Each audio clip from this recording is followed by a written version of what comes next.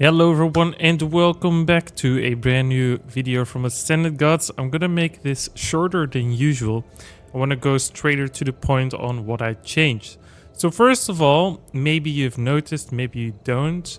In this alpha version 4.92 or something, well, it's not updated in here yet, but you will see that today. I've added a new option to the menu and it's called View Trophies, and what this is going to be is if you reach a certain kind of monster kill amount or something like that, you will get a statue, and that way you can view your stats based on a statue, let's say, and it will look pretty cool. This is just like an add-on feature that I will be working on. It's an extra, so it's not necessary, so that's why it's not finished. But we also added a benchmark option. Maybe a few of you have already tried this, but I'm going to show you that really quickly because it takes like 1 minute. So I'm going to take my current resolution. You just click it, and as you can see, there's still a white box when I hover it. So it's not completely finished, but that will come on later on. And we're going to put ray tracing on, and if you run a benchmark, it's going to benchmark your GPU for about a minute. And then you will get a score, and this will show you how well the game is running on your PC.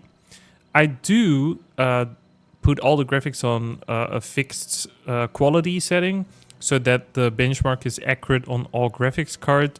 And as you can see on the left side, I will put in about how many frames your graphics card should run at to be a little bit precise based on your reference. So for example, this 4090 that I'm running should run about 5,700 frames, and the maximum I achieved is 5,983. And the coolest part is that this is actually an actual leaderboard. So in the future, you will be able to see like how well your score is compared to other people that also run the game. So as you can see, the benchmark is pretty much completed, and because we're recording right now at the same time, we only managed to render 4,028 frames. So we lost about, let's say, 25% of our performance. But yeah, this is how you can test out your graphics card and how well the game runs in certain settings on the maximum quality. I'm literally talking about cinematic settings, so the game will run smoother than a benchmark, of course. That's for sure. So let's move on to the next thing that we added to the game. As I said before, we added leaderboards to the game that actually update and work pretty well. But the next thing I want to show you is we are going to host a new online session with my secondary computer, so you guys can see all the steps going in here.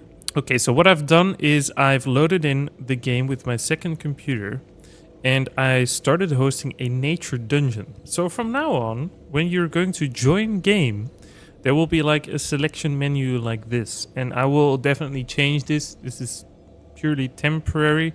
And let's say we want to go to the nature realm dungeon, and we want to find someone that is waiting inside the dungeon. So when we click this, there will be a player that is hosting the Verdant Abyss with 0%, and there's 1 out of 5 players. Normally there should be a text right here that says join game, but let's click it anyway. So we're going to join this map, and basically this will filter out between people that want to do a dungeon or people that want to do raids or something like that. People will definitely get along with that.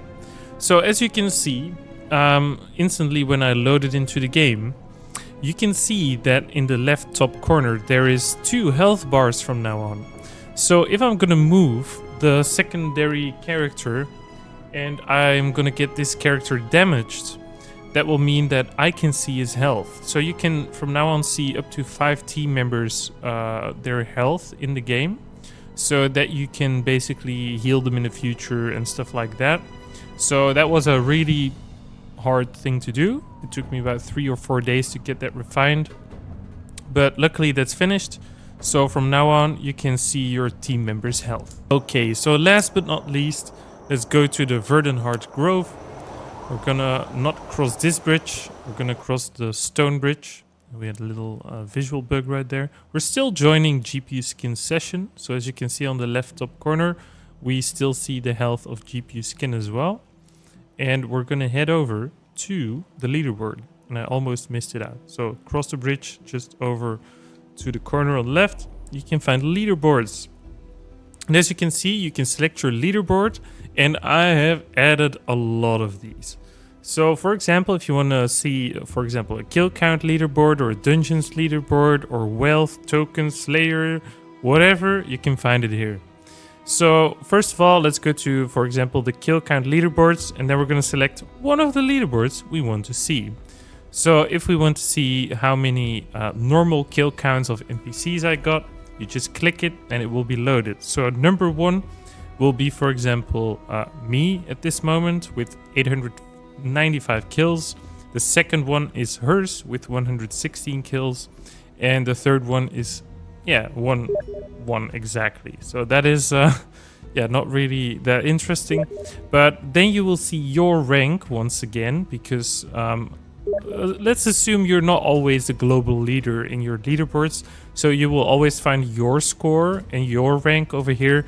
But then you will find number 4, 5, 6, 7, 8, 9, and 10 can be added later on. But this is exactly the same for every leaderboard.